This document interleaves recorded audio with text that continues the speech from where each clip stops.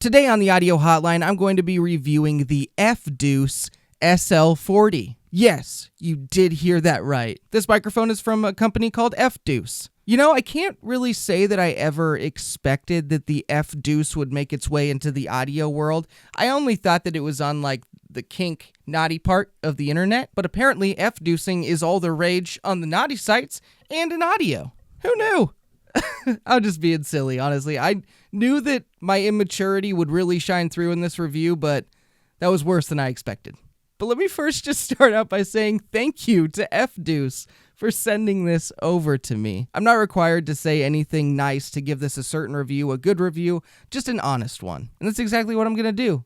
A skibbidadet-bidet-do. But this microphone is what FDUCE would call a podcast microphone. And it's definitely in your like broadcast style microphone body. I feel like a lot of people will say it definitely resembles the Shure MV7. And I actually do have a review of the MV7, and I actually will say that a lot of the features and capabilities of the MV7 are pretty matched by the SL40. And by that I mean this is in fact an XLR and USB microphone. And you absolutely guessed it. Yes, I am going to compare the MV7 to the SL40 in this video, so definitely stay tuned for that. But I will also throw in a few other microphones to compare to this, like the Samson Q2U, which is one of the cheaper XLR USB microphones. We'll do all those comparisons here in a little bit. If I forgot to mention any of the microphones that I will put in that comparison, I'll put it up on the screen right now. And to speak more specifically about the FDUCE SL40, this microphone goes for $100, but on Amazon right now has a $30 coupon. Yeah, you can get this microphone for $70 right now. But before you press that affiliate link down there in the description, which I'm sure you're so eager to do, let's first talk about the basics of this microphone, go through the specs, the features, and we'll test it out and do that comparison. Now let's go ahead and talk about what comes with the FDUCE SL40. If you decide to purchase the SL40 microphone, it will come with an XLR cable. This cable is about 6 feet in length. This will also come with a USB-C to USB-A cable, but even better than that, it actually comes with a USB-A to USB-C adapter. So it's essentially like having a USB-C to USB-C cable also. This will also come with a foam windscreen, a 5/8 to 3/8 inch microphone stand adapter, some documentation, and of course the microphone itself, the FDUCE SL40. When it comes to the accessories that come with the SL40, I think that everything is really solid, especially for the price. One of my biggest complaints when it comes to microphones like this is that they aren't USB-C. This microphone is USB-C, which is fantastic. And let me just say that I absolutely love the inclusion of the adapter that comes with this, the USB-A to USB-C. I think that is so nice. I think a lot of microphones should come with that. The build quality of the SL40 is actually surprisingly good. It's a lot of metal, feels really nice. The grill itself actually looks really similar to the Shure MV7, which I don't have a problem with. I mean, it does look a little funny when you take the foam windscreen off, but oh well. The foam windscreen does feel good. And I do feel like a lot of yoke mounts that come on microphones like this can be a little finicky and weird, but this one does feel solid. The XLR cable isn't great, and I will say it was a bit of a snug fit on my interface, which worried me a little bit, but it's okay. So the accessories that come with this $70 to $100 microphone, I think are good. But now that we've gone through that, let's go ahead and jump into the features of the SL40. On the back of the SL40 is where you will find your XLR jack. Next to that is where your USB-C port is, and on the opposite side of that is where you can plug in your headphones.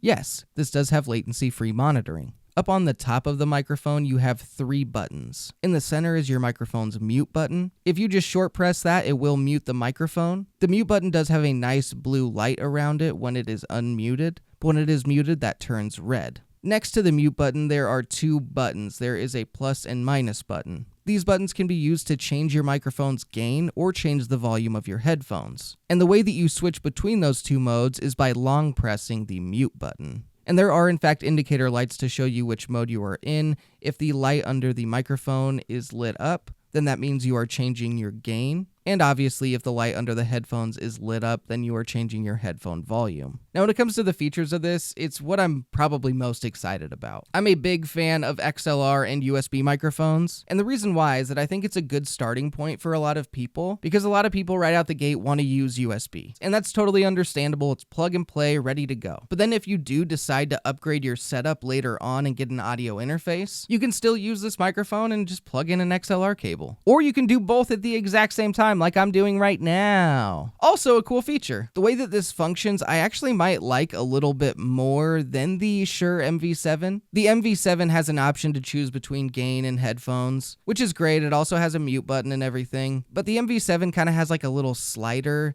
that you can change your headphone volume control or gain level with. And it's fine, it works well, but I actually like how simple this is. I will say the MV7 does have like a cool look to it on the top with like its little screen and everything. Now I did run into one issue when it came to features. When I have this plugged into my Mac, if I go into my sound settings, I can actually still change the input gain. With a lot of microphones, that's actually disabled, but I noticed that it's completely maxed out initially. So what I did is I actually turned that down to like 75%. And what I noticed is that when I would talk loud into this microphone, it would almost give me like a clipping sound. But as soon as I put that input gain back to 100 on my Mac, I wasn't having any issues. And actually it was like a way better and quieter sound. So my advice is just don't mess with the settings on your computer, just change them here. But now that we've gone through the accessories and the features, now let's go ahead and nerd out and talk about some specs.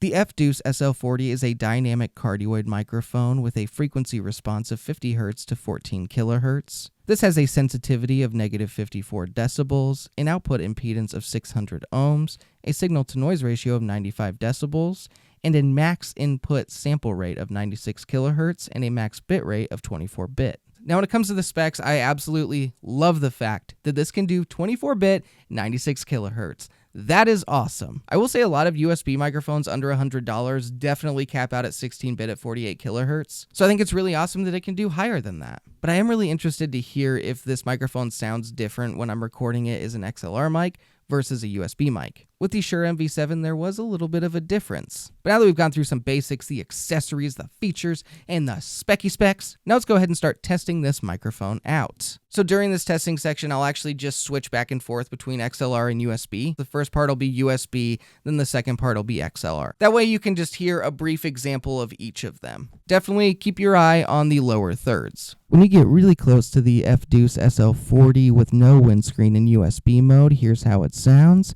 and here's how it sounds when it is in the XLR mode. Now when you get really close to the microphone with the foam windscreen on, here's how it sounds in USB mode, and now here's how it sounds recording it as an XLR microphone with the foam windscreen on, me really close to it. Now this next part, it's gonna be loud, okay? Let's do a plosive test. Plosive test with some pickled penises. Plosive pickled penises. Pickled penises. Plosive test with some pickled penises. Plosive pickled penises.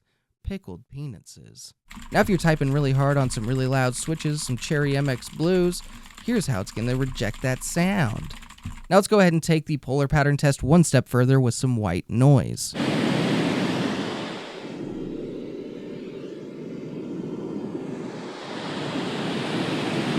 And you know what's next, and so does my cat. Let's do a kitty purr test because he already came in here ready to go. See, this is a tail.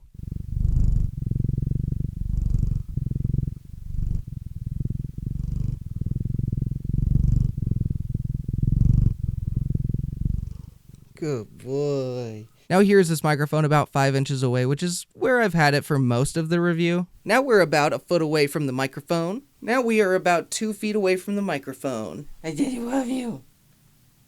Now here's just a real quick spoken word test. Here is in USB mode. Now let's jump to XLR mode. Here's how it sounds in XLR mode with no foam windscreen on. Now we have the foam windscreen on. Here is USB mode with a spoken word test. And now this is XLR mode with a spoken word test. Now if you're planning on getting this for podcasting or voiceover or anything where you're going to want to put some post-processing on it, here's how it would sound with like a high-pass filter, probably around 60 to 70 hertz, a compressor, maybe a limiter, possibly a de-esser. I'll label whatever I use up on the screen. And throughout this, I have been switching back and forth with XLR and USB. I'm sure you've heard. Well, if it sounds different, I guess.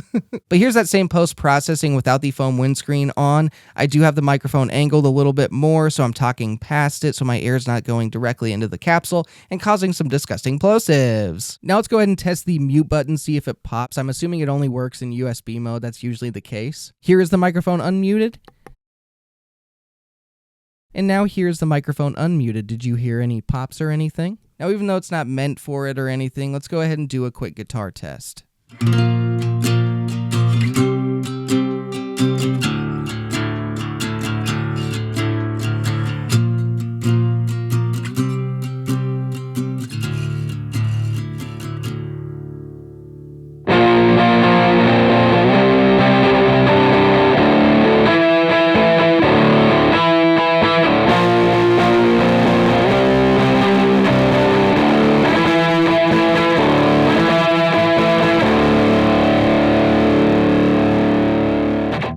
now we're going to go ahead and put a few microphones head to head, do a little blind comparison. The Shure MV7 will be involved, the Samson Q2U will be involved, and what other microphones I put up on the screen right now. Sometimes I don't know what mics I'm going to put in. I just decide at the last second what would be fun, you know? Here is a real quick palate cleanser microphone before we jump into this comparison. So in this comparison, there will actually be a mic A through mic H. So just fair warning, this will be quite fast-paced just so I can get through it all, and it will be very repetitive. Let's go ahead and get into the blind comparison. Here is the beginning of this blind comparison, and this is the first sample of microphone A. This is the first sound sample of microphone B. This is the first sample of microphone C. This is the first sample for microphone D. This is the first sample of microphone E. This is the first sample for microphone F. This is the first sample of microphone G. This is the first sample of microphone H. Once again, here is microphone B. Once again, here is microphone D. Once again, here is microphone F. Once again, here is microphone H. Once again, here is microphone E. Once again, here is microphone C.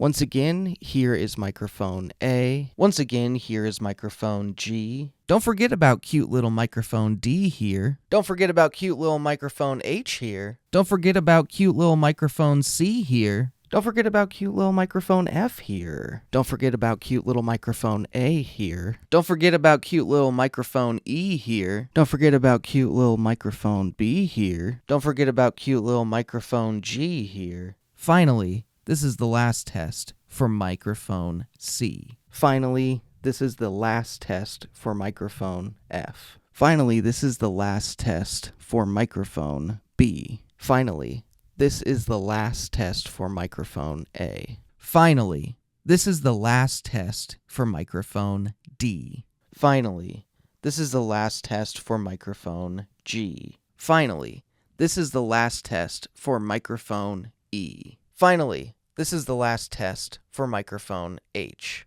All right, now I'm going to go ahead and take you through which microphones were associated with which letters. And let me just tell you, I was a little bit sneaky here. In total, there were 8 different sound samples, but actually a few of them were from the same microphones. However, it was the difference between them being plugged in through USB or XLR. Microphone A was the Samson Q2U plugged in through USB. Microphone B was the Shure MV7 plugged in through USB. Microphone C was the FDUCE SL40 plugged in through USB. Microphone D was the FDUCE plugged in through XLR. Microphone E was the Shure MV7 plugged in through XLR. Microphone F was the Samson Q9U, which was being used as a USB microphone with the mid boost on. Microphone G was the Deity VO-7U. Microphone H was the Rode PodMic, and that was plugged into a Focusrite Scarlett 2i2. I took a couple-day break between the comparison and this final section of the video, my review section. And the reason that I usually do that is that I like to go and edit the first portion of the video so I can listen to this microphone just an absolute ton, and also listen to the comparison so I can see how it does in that whole situation also. And now I've finally made my mind up on how I feel about the FDUCE SL40. And actually during this review section, I will keep switching back and forth between USB and XLR just to keep giving you an idea of how it sounds. I actually meant to do that during the first section of the video and I had some technical difficulties, so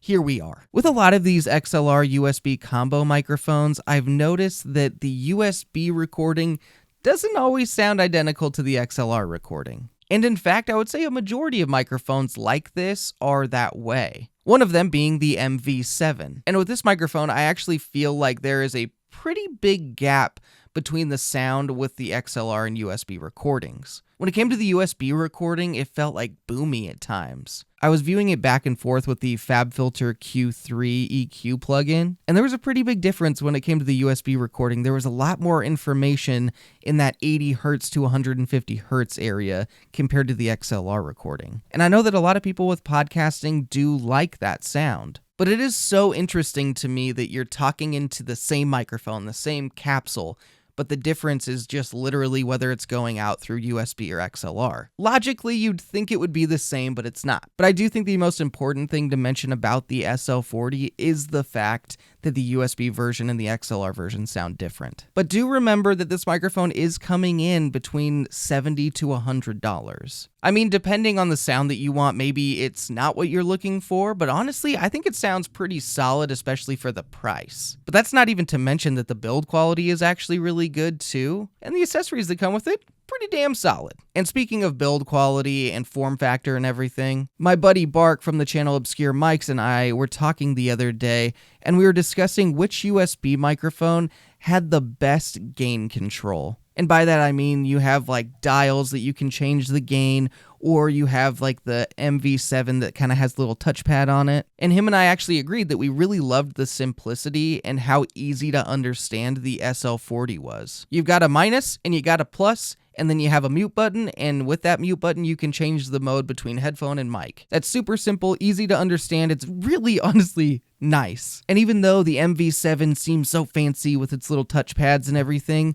I actually think I prefer this. It might not be the sexiest way to change your gain or headphone volume, but I do really appreciate how simple it is. And you can take or leave this next part. It might sound a little petty, but I actually think aside from the XLR and USB mode sounding so different, the worst thing this microphone has going for it is the FDUCE name. There's a part of me that just feels like that name being on the side of this microphone's a little distracting. I know when I first saw it, I had a little giggle. I had a little gig sesh, but it's not a deal breaker. I'm mostly just being a tool right now, but it's a silly name. Hold on one second. Much more clean-shaven Bronson is going to jump in here. Looks like I shaved about 5 years off, maybe even more. I don't know. My wife wanted to see what it looked like, and, well, this is what it looks like. As I was wrapping this video up and just listening to it for the last time, I realized that there were a couple more things that I did want to add. One thing I do want to say is that when I'm going in between USB and XLR mode with this microphone, it may actually make the XLR version of this microphone sound thin, but that really isn't the case. I wouldn't call